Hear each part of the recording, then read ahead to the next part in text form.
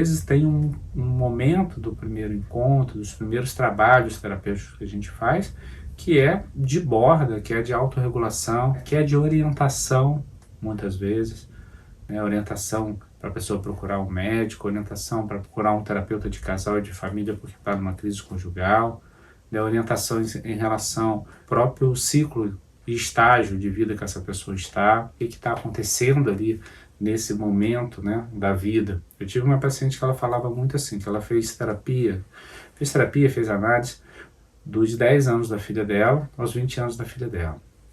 E que o papel da análise da terapia para ela serviu para ela poder entrar em contato com as questões primitivas e que foi muito importante para ela abrir esse espaço de fala, onde ela podia falar, onde ela podia ser acolhida.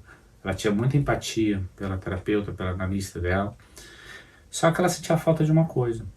Ela sentia falta do eco, do retorno desse terapeuta em relação a muitas questões que ela vivia como mãe, que ela tinha muita dificuldade de ser mãe, ela tinha muita dificuldade de ser mulher. Então, e ela não sentia que esse terapeuta, essa analista, dava algum retorno em relação a ela. E ela precisava de orientação.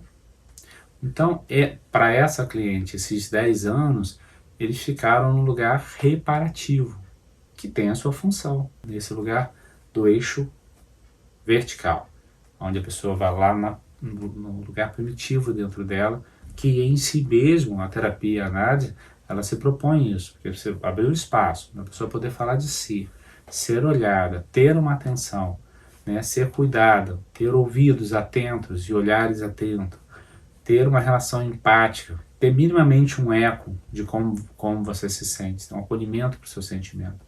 Então isso, de alguma maneira, a gente vai, em si mesmo, o processo terapêutico, ele convida você para esse estágio pré-verbal, né, para esse estágio primitivo do desenvolvimento humano.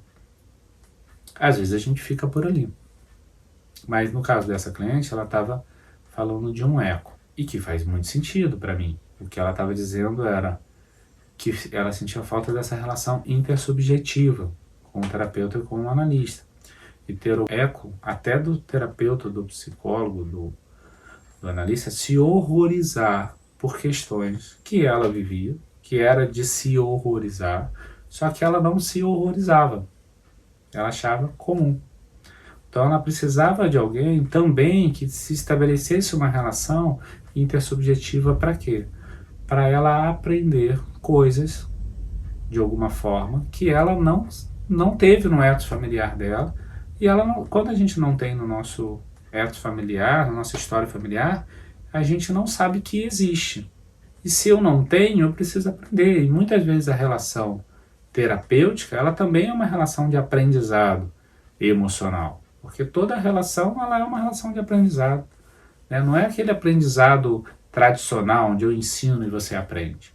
Mas é um aprendizado intersubjetivo, onde um desenvolve o potencial do outro. Se um tem um conhecimento mais sobre determinado assunto, ele ajuda o outro a ter esse conhecimento também. Né? Isso muito naturalmente.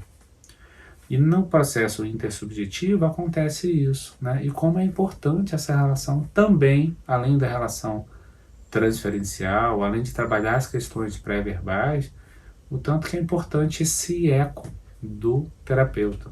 E no caso dela, ela precisava mesmo desse eco, né? Porque ela foi se separar com a filha com 20 anos, uma separação abusiva que poderia ter acontecido muito tempo antes, né? O lugar era muito confuso, ela poderia ser mãe, porque na história da mãe dela era muito confusa, então ela era muita dificuldade de ter referência do que era certo, do que era errado ela fazer em relação à filha, como se ela não tivesse muito aprendizado de como é ser mãe, qual é o meu papel, qual é o meu lugar.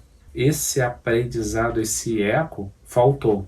No processo terapêutico, a gente trabalha na relação intersubjetiva e na relação transferencial.